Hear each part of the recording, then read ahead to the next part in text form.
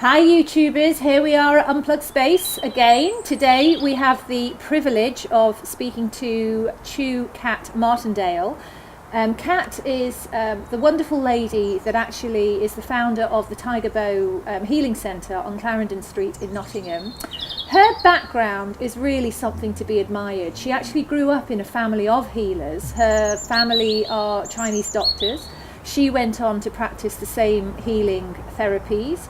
And she's a very, very clever chicken. She's also qualified in various postgraduate courses. She has a PhD, and she's constantly learning and bringing new ideas and concepts into her treatments and her therapies. Today we're going to talk to Kat about mindfulness, about meditation. And actually, the really interesting thing about Kat is this is not something new for her.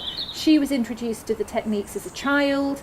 And so from her, we're really going to get to find out more about the kind of journey that one can take over a number of years, and actually how that process, how those techniques help her on a day-to-day basis. Okay, Kat, so I've given a brief introduction, but if you can tell us a little bit more about yourself. So 3 or 4 generations of Chinese healers is something that I've been brought up with. I've been brought up with a medicated diet. I've been brought up with meditation, very much as we would be in the East, and very traditional methods, I think. So I've had a very lucky life, and I came to my education and my university career sort of ahead of many people in many steps. You know, I have a deep understanding of Eastern and Western culture just by being myself. So I'm very kind of uniquely gifted that way. Yeah, now, it's really interesting to me, to think about experiencing life as a child with meditation. How was that for you? How did it help? It's just fantastic. I think to me the amazing thing was, we all had that magic in our life when we were children, and I was never encouraged to lose that. So that kind of that other side of life, that magic, that spirituality has always stayed with me. As children, obviously there's more of that there because we don't see the kind of the technicalities and things that we notice as adults. But that sort of inner knowing of that has always been nourished and encouraged within me. And it's never been seen as anything sort of wishy-washy, because it's part of my culture. To have that spiritual connection is seen as a thing of strength, not as a thing of weakness. And how did your parents introduce it to you? Was it, or do you not even remember how it was introduced because you've been doing it for so long? Yeah. Well, I mean, I think I was always classed as a daydreamer, I think, in my school reports. But my mum used to teach me to meditate before school.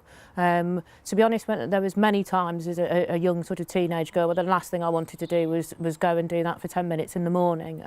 However, as an adult, I kind of look back at it and think, wow, and it's something they're beginning only now to sort of introduce in schools, and it was something that I could always utilise as a child, and especially as a teenager, which is a very difficult time of life, to just, as they say, take a deep breath, and count to 10, And today it's people seem to sort of stumble across meditation or mindfulness techniques when something's going on in their life. So either they are a stressed student, or they're experiencing some challenges, and that seems to be the way they've sort of maneuvered their way into this area, and then all of a sudden this world opens up. So for somebody who's been practicing meditation, mindfulness techniques as an everyday practice, how do you stay committed to that practice? Because so many people also, they sort of start and then they stop. Yeah, well, yeah, I mean, it's, routine behaviour change is the hardest thing of all, and that's why I'm so lucky to kind of almost have this ingrained as a young woman, as a young child. It was a routine that wasn't one of my own creation. It was something that my parents gave to me, and I can't imagine life without it. A lot of people say, oh, you've achieved so much stuff, you're so busy all the time, and what meditation allows me to do is to achieve all the things that I want to in the short time that I've got. So I'm hearing your body is, your body is energized, it feels healthy, and that actually gives you more energy to be able to facilitate your work, personally, privately. You're blessed to be able to actually sort of almost take on more than you would otherwise. Yeah, and that strength of that, and that knowing. you know, that there is no fear in failure and that life is change, which is, I think, something that we all learn.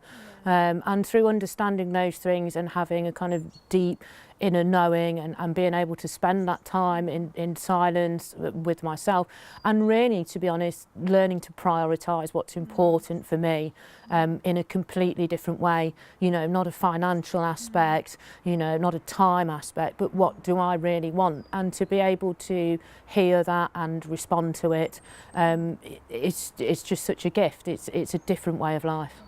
You just said something again, well, it's all very interesting. You also said it helps you prioritise and there's no fear in failure when you're a meditator.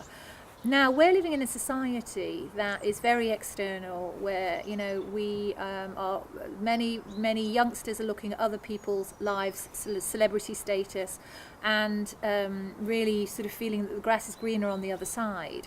Now, what would you say to that, and how do you feel, you know, meditation can help there? I think today, you know, in our society, it's so removed from the kind of natural energy. You know, we spend so much time trying to achieve things that make us look happy, but we're not happy inside. And I think that's the difficulty. You know, we surround ourselves with things, we do this, we do that. And as you say, you know, the people that are turning to meditation are the people that have usually, you know, kind of hit the apex of success as far as Western kind of culture is concerned. They've got the money, they've got the car, the house, the nice holidays, you know, all of this stuff, and they're still, oh, well, what's missing, you know? And the one thing that we all have as human beings is this inner need to be happy. And I think the sad thing is that we've lost an ability to realise what that is for ourselves. We are being told by others. And I'm sure for some people out there, maybe that is, you know, the apex of success for them. Maybe they do feel happy. But I think actually for the majority of people, it's a much deeper inner yearning.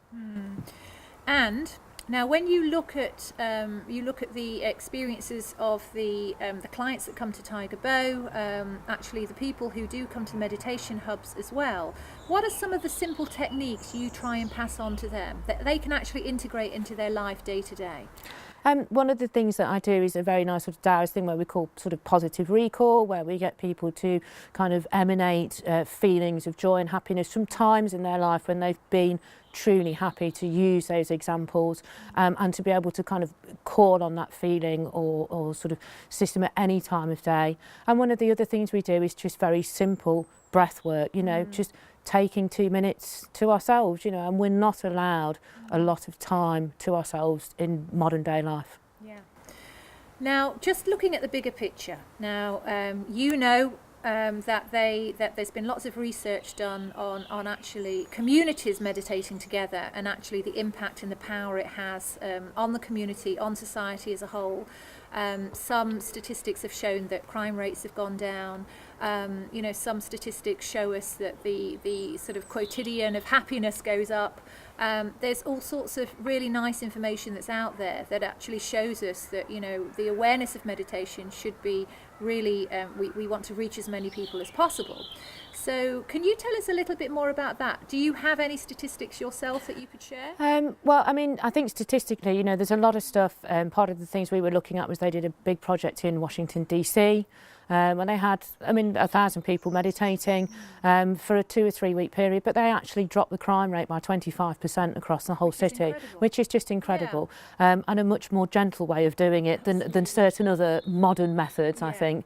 You know, and you look at now this research on epigenetics, they're looking, you know, they know that this science is coming now, that thought can process and change physical aspects within the body. And there are more and more people now who are kind of, you know, thinking themselves well, meditating and so on, and that they know physiological response changes within the body due to prolonged meditation practice. I mean, I always laugh because, I mean, people are astounded that I'm 40 years old, you know, and I say, well, it's because I've been resting for half of it. It's just meditating, eyes closed, you know. but you know, you can see the physical, you know. Yes, I'm very lucky to be in the role that I am, because I know other things to do to look after myself, but you know, there is a big movement now, and there are lots of things kind of politically going on in the world that people are outraged by, but I think that people of a certain generation are coming to an understanding that war is not the answer to these arguments, and that, you know, standing together in peace and love and compassion is a powerful thing, and that it can be used as a tool for change. So when we look at the hubs with Unplugged Space, and we also look at the event that's going to be run on the 13th of May, so here we're speaking to the individual about empowerment and actually bringing these tools and techniques into our life. Now, you know, what you're sharing here is the big picture, is really the concept of all of us really you know, getting on board and really finding a routine with meditation, the same as you would brushing your teeth every morning, you know. Yeah. I mean, it should be aligned to that. So with organisations, how can meditation help within organisations? Well, I mean, you know, I always, when I've talked to people like kind of corporate things or business and things, people say to me, oh, we haven't got time to that, you know, and I say it's about prioritising. You know, is your staff, the happiness of your staff and the productivity of your staff, is that a priority? And if yes, it is, which I think with most businesses it is, then you have got time for it. And I think that's the way that we look at things in Western societies. We look at them in a time process, not a prioritising process. And it's exactly the same as I would say to an individual. I haven't got time to do that. Well, your health is not important? Well, yes, it's my number one priority. You know, and that's the difference. And I think when people start to prioritise things like meditation and well-being for staff, yes, it reciprocates that kind of caring nature that your employer does care about you and will give you the time to do this. And I think that reciprocates staff wanting to help, wanting to go further. And again, you know, I know from school, from a very young age, that it does help with productivity. Yeah, absolutely. Well, you're a very clever chicken. You've achieved an awful lot, you know, by you shared with us your age. And, you know, another one of the statistics I'm familiar with is actually those people that have been meditating regularly for 12 years look 5 years younger than their counterparts. And, you know, and you're a prime example of that. Just to wrap up here, can you give us your, so for those people that are on the path, you know, they're introducing the techniques into their life, but actually it's just a bit hard to commit, you know, they'll have some mornings where they'll get up and they find their 10-20 minutes, you know, and then they'll have a few days where they're sort of just not struggling a little bit. What are the 3 things you would say to them to keep them on the path and really bring in the tools and techniques into their life as a regular practice?